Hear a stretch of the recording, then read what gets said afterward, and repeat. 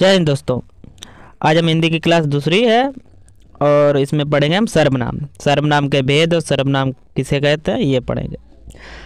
सब नामों के स्थान पर, सब नामों के स्थान पर जिन शब्दों का प्रयोग होता है वे सर्वनाम होते हैं। जैसे राम ने कहा कि वह बाजार जा रहा है, मतलब राम के स्थान पर वह शब्द का प्रयोग हुआ, राम के स्थान पर वह शब्द का प्रयोग हुआ है, तो वह क्या है? ये सर्वनाम है। जैसे दूसरे वाक्य में है, सीमा ने कहा कि मैं खाना बना रही हूँ, तो मैं क्या है? मैं ही सर्वनाम है। संज्ञा के स्थान पर जो शब्द प्रयोग होते हैं, जैसे किसी नाम के स्थान पर जो शब्द प्रयोग होते हैं उन्हें सर्वनाम कहते हैं।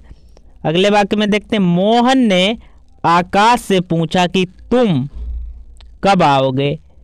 अब यहाँ पर मोहन नहीं कहा गया, मोहन नहीं कहा गया, मोहन नहीं कहा गया, उसके स्थान पर क्या कहा गया? तुम कहा गया, तुम। तो तुम क्या है? तुम है सर्वनाम, तुम है सर्वनाम। तो उपरोक्त वाक्य में वह, मैं, तुम क्या है? सर्वनाम है। आगे हम देखते हैं सर्वनाम की परिभाषा कैसे होती, कैसी है और उसमें किस तरीके से डिफाइन किया गया है। अब सर्वनाम की परिभाषा देखते हैं।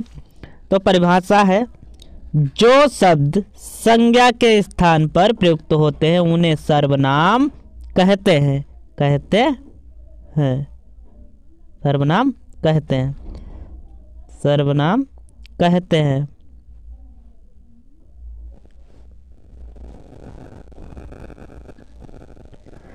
उदाहरण, मैं, तुम, वह, यह, आप, कौन, कोई, इसका, उसका, तुम्हारा और आपका आदि क्या है? सर्वनाम है।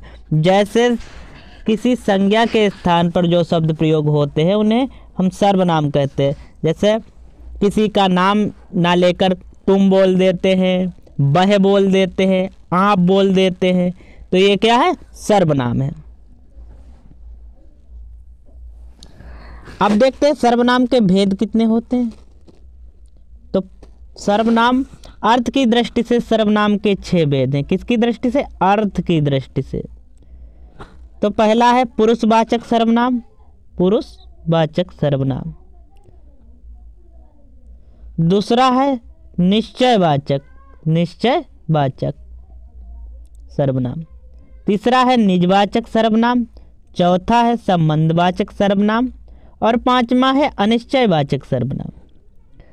छठा है प्रश्नवाचक सर्वनाम। अब इनके बारे में हम एक एक करके अभी पढ़ेंगे। पहला है यहाँ पर पुरुषवाचक सर्वनाम। तो पुरुषवाचक सर्वनाम पुरुषों के नाम के बदले आते हैं। पुरुषवाचक से पुरुष और स्त्री दोनों का बोध होता है। जैसे मैं, हम, तू, आप, ये, वे, वह, इस प्रकार के शब्द प्रयोग होते हैं। पुरुषवाचक सर्वनाम 3 प्रकार के होते हैं। तो पहला है उत्तम पुरुष, पहला है उत्तम पुरुष, दूसरा है मध्यम पुरुष और तीसरा है अन्य पुरुष। तो उत्तम पुरुष में हम देख लेते हैं, बोलने वाले वक्ता को उत्तम पुरुष कहते हैं। जैसे बोलने वाले, जैसे मैं बोल रहा हूं तो मैं क्या हो गया? मैं क्या हो गया? उत्तम पुरुष हो गया।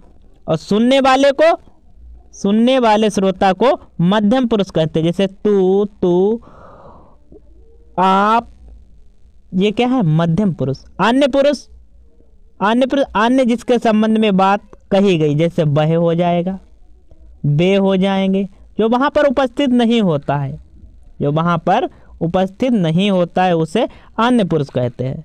तो इस तरीके से आप समझ गए होंगे। अब अगला पढ़ते हैं। अगला जो सर्वनाम का भेद है उसको पढ़ते हैं। यहाँ पर दूसरा है, दूसरे प्रकार का सर्वनाम जो है निश्चयवाचक है। कौन सा? निश्चयवाचक। तो निश्चयवाचक सर्वनाम में पास या दूर की वस्तु का निश्चित बोध होता है, निश्चित बोध होता है। जैसे यह अच्छा है, यह अच्छा है। वह बुरा है, ये अच्छे हैं, वे बुरे हैं। तो यहाँ पर कुछ आपको लग रहा होगा यह पास में है, वह दूर है। तो दूर या पास की वस्तु का निश्चित बोध होता है, निश्चित बोध होता है। ये वह वे आदि इसमें शब्द प्रयोग में आते हैं। अब तीसरा है निजवाचक। निजवाचक सर्वनाम। निजवाचक सर्वनाम जैसे हो जाएगा आप। कर्ता के विषय में कुछ बताता है, पर वह स्वयं कर्ता नहीं होता, स्वयं कर्ता नहीं होता, वह स्वयं कर्ता नहीं होता है। पुरुषवाचक आप स्वयं ही कर्ता का काम करता है। जैसे आप आजकल कहाँ रहती हैं, जैसे आप आजकल कहाँ रहती हैं।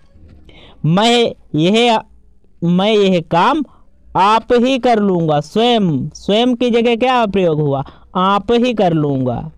मैं ये खुद ही कर लूँगा, तो खुद भी क्या है, निजवाचक है। खुद ही क्या है, निजवाचक है। वैसे ही आप ही कर लूँगा, आप ही कर लूँगा। तो आप ही क्या है, आप ही निजवाचक सर्वनाम है। लेकिन यहाँ पर कंफ्यूज आती है कि आप तो पुरुषवाचक भी सर्वनाम है, लेकिन आप ही का प्रयोग हो, आप ही का प्रयोग हो तो निजवाचक ही जहाँ पर लगा हो तो निजवाचक सर्वनाम होगा। यदि कर्ता के तौर पर आप आए तो क्या है, तो पुरुषवाचक सर्वनाम है। अब चौथा है संबंधवाचक सर्वनाम। जहां पर दो वस्तुओं अथवा व्यक्तियों का परस्पर संबंध प्रकट होता हो वहां संबंधवाचक सर्वनाम होता है, संबंधवाचक सर्वनाम होता है। जैसे वह लड़का जो कल आया था पढ़ने में तेज है। तो यहाँ पर जो शब्द जो है, जो शब्द संबंध दर्शाता है, जो शब्द संबंध दर्शाता है। इससे क्या होता है, जो सो आदि शब्द प्रयोग में आते तो संबंधवाचक सर्वनाम हो जाता। तो जो क्या है, संबंधवाचक सर्वनाम है।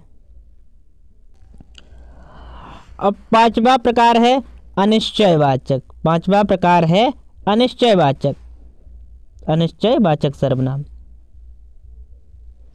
जो सर्वनाम किसी ऐसे व्यक्ति या पदार्थ का बोध कराता है, बोध कराता है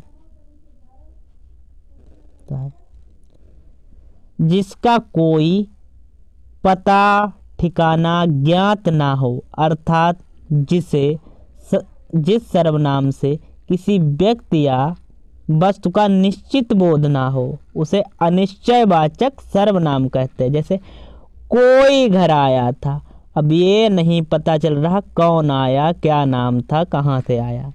तो ये कोई कुछ नहीं है, घर में कुछ नहीं है। तो कुछ क्या कुछ नहीं है, मतलब इससे पता नहीं लग रहा कुछ क्या, किस चीज़ की बात हो रही है, किस वस्तु की बात हो रही है। तो इससे ये कोई कुछ शब्द प्रयोग में आए तो अनिश्चय वाचक सर्वनाम है। जिसका कोई निश्चय नहीं है तो क्या है, अनिश्चयवाचक सर्वनाम है।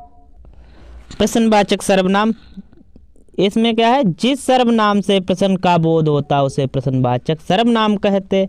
जैसे यहाँ कौन है, यहाँ कौन है जो मुझे नहीं जानता, तुम कैसे आए हो, वह क्या चाहता है।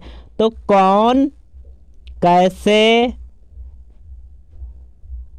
से और क्या ये शब्द क्या है, प्रश्नवाचक सर्वनाम है। तो इसमें किस प्रकार के सर्वनाम का प्रयोग हुआ, तो प्रश्नवाचक। यहाँ ये क्या कर रहे हैं, वाक्य प्रश्न पूछ रहे हैं।